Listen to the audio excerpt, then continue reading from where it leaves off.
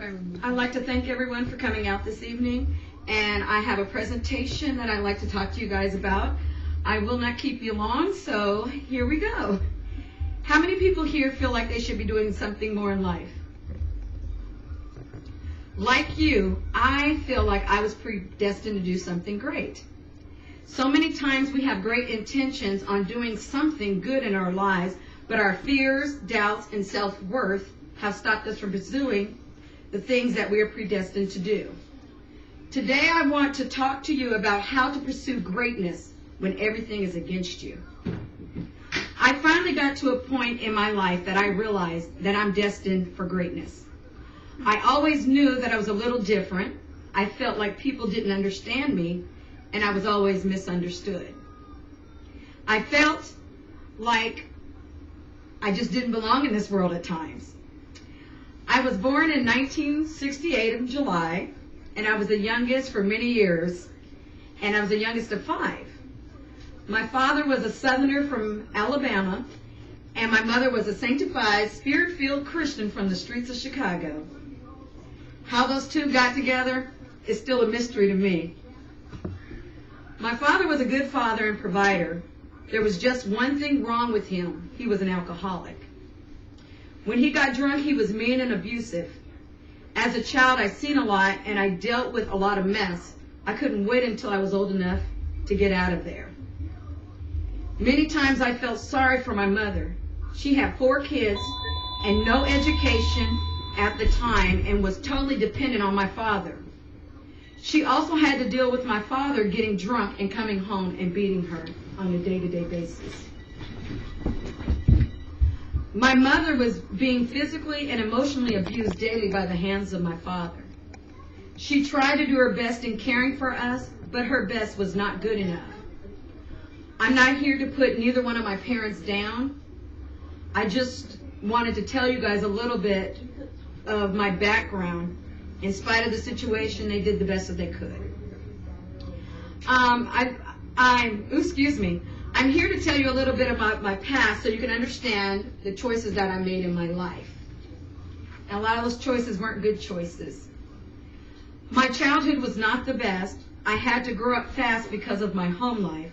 I was always worried about my parents and tried to care for my mother while hiding from the rest of the world what was going on at home. Every day became a day of anxiety. Will Dad come home drunk today? Will my mother get beat up by him today? What a way to live. How could I have a healthy childhood when all I was doing was worrying? I finally got tired of the mess at home and started doing my own things. I was kicking it with my friends, running the streets, and having a ball. I made a lot of mistakes in life. I shoplifted, I got drunk, high on whatever, and got pregnant by the time I was 15. What was wrong with me? I hated my life situation and a lot of things I didn't want to live. I hated my life situation and I didn't want to live. By the time I was 16, I was a mother. I had been raped. I had let men use my body, and I had no self-respect. I had no clue what I wanted out of life, but one thing I did know is that I didn't like my life. By the time I was 20, I was married, and now I had 2 daughters. What was I doing married? I had picked a man that was a cheater, but in my mind, he wasn't beating me, nor was he an alcoholic, so I thought everything was fine. Of course, I was wrong. I was divorced by 28. Now here I am with 2 kids, with a GED. What was I going to do?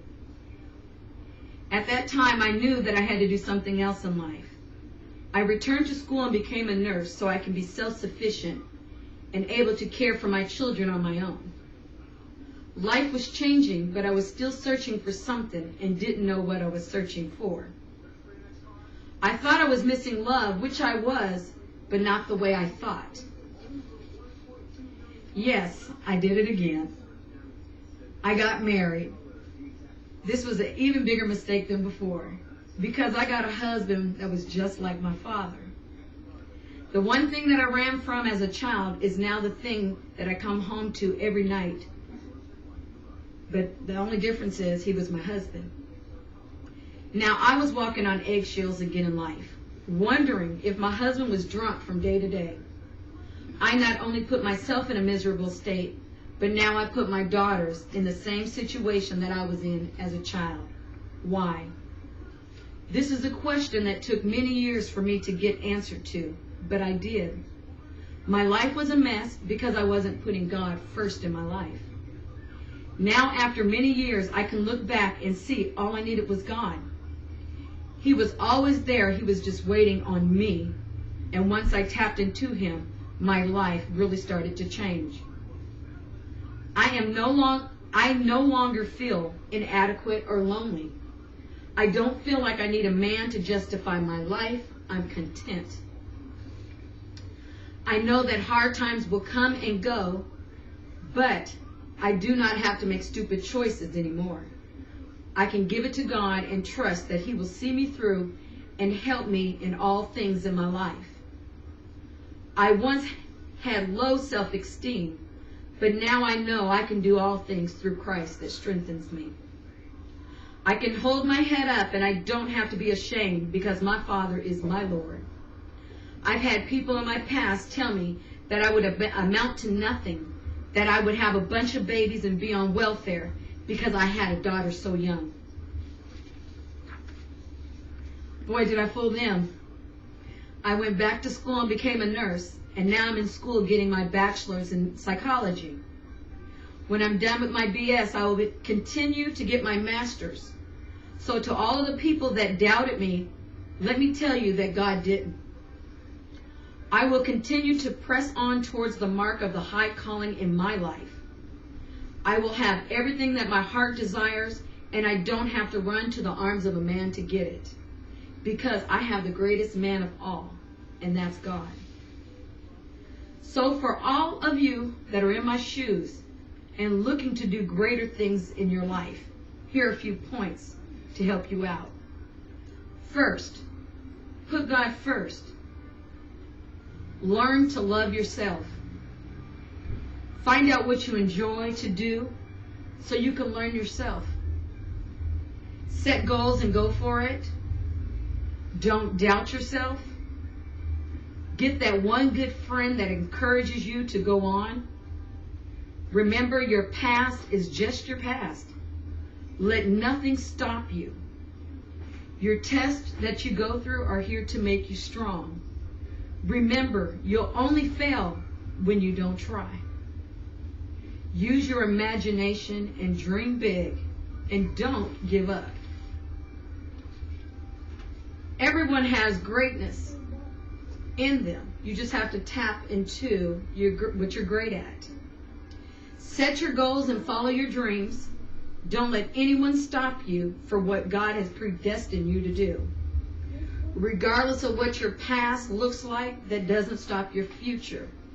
Remember that you can pursue greatness when everything is against you. Look at me. I'm doing it. Thank you for your time.